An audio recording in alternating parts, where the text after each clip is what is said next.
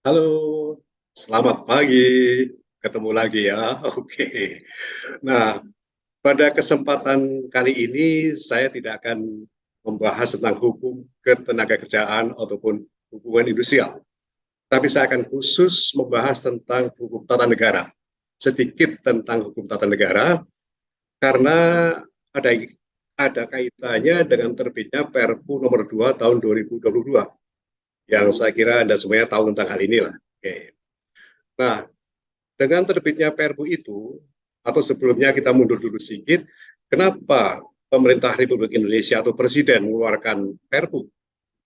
Presiden mengeluarkan Perpu ya sesuai dengan haknya sebagaimana yang diatur dalam UUD 45 bahwa Presiden itu dapat mengeluarkan Perpu kalau ada suatu kegentingan yang memaksa.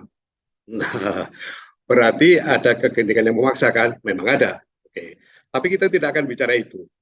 Bahwa Perpu ini ya sesuai dengan ketentuan UUD 45 juga, Perpu ini harus melewati DPR. Dimaksud dengan melewati adalah disetujui atau tidak disetujui oleh DPR. Itu Perpu itu. Oke. Untuk berlakunya, kalau Perpu ini berlaku, kalau kalau Perpu ini disetujui oleh DPR, maka Perpu ini menjadi berlaku sebagai undang-undang. Karena Perpu sendiri itu adalah singkatan peraturan pemerintah pengganti undang-undang. Tapi untuk Perpu menjadi undang-undang itu harus disetujui oleh DPR. Dan DPR bebas akan menyetujui atau tidak menyetujui itu urusan DPR. Nah, awas ya, awas ini. Nanti kalau ternyata DPR itu menyetujui Perpu, ya, maka dampaknya atau konsekuensinya adalah putusan MK nomor 91 tahun 2020 dan Undang-Undang Cipta Kerja menjadi tidak berlaku. Woy. Tapi nanti dulu sabar ya, karena Perpu itu bisa berjalan itu tergantung kepada bagaimana sikap DPR. Ya, DPR punya kewenangan penuh ya, sebagaimana diatur dalam UUD 45 untuk menyetujui atau menolak tentang Perpu itu. Oke, baik. Kita lihat nanti. Tetapi kalau kita lihat terkait dengan putusan MK nomor 91 tahun 2020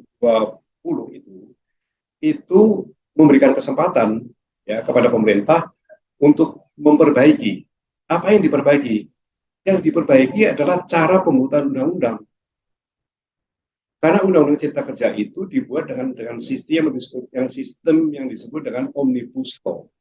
Nah, pembuatan peraturan perundang-undangan melalui Omnibus Law ini belum dikenal di dalam sistem hukum di Indonesia. Di dalam sistem hukum Indonesia, itu pembuatan undang-undang itu diatur berdasarkan pada Undang-Undang nomor 12 tahun 2011 tentang pembentukan peraturan perundang-undangan, sering disebut dengan P3. Jadi bisa dikatakan Undang-Undang nomor 12 tahun 2011 tentang P3. Nah, Omnibus Law tidak dikenal dalam Undang-Undang nomor 12 itu. Nah, ini permasalahannya. Oleh karena itu, dengan dengan sangat tegas, Mahkamah Konstitusi memutuskan bahwa Undang-Undang Cipta Kerja itu punya cacat atau punya kekurangan dalam hal ini adalah dari segi formilnya. Segi formil artinya segi dari pembentukan undang-undang itu. Nah, oleh karena itu, pada bulan November tahun 2021 diucapkanlah putusan MK itu nomor 91 tahun 2020 yang menyatakan bahwa pemerintah diberi kesempatan untuk memperbaiki caranya membuat undang-undang. Belum banyak yang tahu ya bahwa pada bulan Juni tahun 2022 itu telah diundangkan undang-undang baru, yaitu Undang-Undang nomor 13 tahun 2022 tentang revisi kedua Undang-Undang nomor 12 tahun 2011 atau Undang-Undang P3 itu. Nah, disinilah babakan baru yang banyak barangkali masyarakat yang tidak memperhatikan ya, bahwa berdasarkan Undang-Undang Nomor 13 tahun 2022 itu, maka Indonesia sudah dapat membentuk peraturan perundang-undangan dengan sistem Omnibus Law. Ya, di sana diatur bahwa undang-undang itu menyatakan bisa membuat peraturan perundang-undangan dengan Omnibus Law. Nah, sehingga sejak itu maka bisa dibuat undang-undang dengan sistem itu. Nah, ini di sinilah gitu kan. Tetapi kan kalau kita lihat juga bahwa Undang-Undang Cipta Kerja yang dibuat dengan perangkat katakanlah yang tidak dikenal, Omnibus Law itu, maka ya memang otomatis Undang-Undang Cipta Kerja ini ya menjadi tidak punya kekuatan hukum sebetulnya gitu kan, karena dibuat berdasarkan pada suatu sistem yang tidak dikenal oleh peraturan perundang-undangan Indonesia. Nah, dengan kata lain, bagaimana ini, gitu kan? Nah, tetapi berdasarkan pada kebijaksanaan Mahkamah Konstitusi, Undang-Undang Cipta Kerja masih tetap berlaku. Tapi deadline-nya atau batas akhir waktunya itu adalah pada November 2023, yakni 2 tahun sejak putusan MK nomor 91 itu diucapkan. Nah, jadi untuk diketahui bahwa putusan pengadilan itu ya berlaku sejak putusan itu diucapkan oleh Ketua Majelis Hakim dalam sidang pleno pengadilan.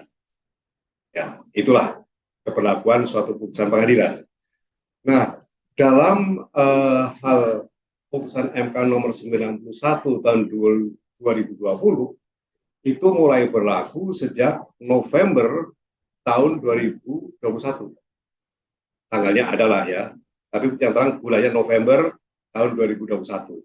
Nah, putusan MK ini ya memberikan kesempatan untuk waktu 2 tahun bagi pemerintah untuk memperbaiki cara pembentukan Undang-Undang Cipta Kerja. Jadi kalau 2 tahun berarti deadline-nya atau batas akhirnya akan berakhir pada November tahun 2023. Itu batas akhir. Jadi pada saat itu ya, sudah harus ada suatu perbaikan Undang-Undang Cipta Kerja. Nggak mungkin terjadi kan, susah sekali. Nah itulah dia. Maka kemudian melewati Perpu nomor 2 tahun 2022 itu. Oke, baik. Kembali lagi terkait dengan Perpu ini, kita sekarang masih menunggu putusan DPR apakah akan disetujui atau ditolak. Nah, sekarang kita berandai-andai. Apabila disetujui, maka Perpu 2 tahun 2022 menjadi undang-undang yang sah, yang punya kekuatan mengikat. Nah, untuk Anda ketahui, mungkin saya kira banyak Anda yang tahu, bahwa Perpu nomor 2 tahun 2022 itu muatannya isinya ada 1.117 halaman. Saya ulangi lagi, Perpu nomor 2 tahun 2022 itu isinya adalah ada 1.117. Dibandingkan dengan Undang-Undang Cipta Kerja yang sebelumnya ya, UU Cipta Kerja itu 1.100 berapa lah gitu ya, seperti itu. Lebih panjang ini. Dan isi daripada Perpu itu adalah memang beberapa revisi. Revisi tentang alih daya, revisi tentang pengupahan, ya seperti itulah, itu yang garis besarnya. Baik, jadi seandainya nanti Perpu nomor 2 tahun 2022 itu disetujui oleh DPR, ya itu hidup, berlaku, ya kan, berlaku.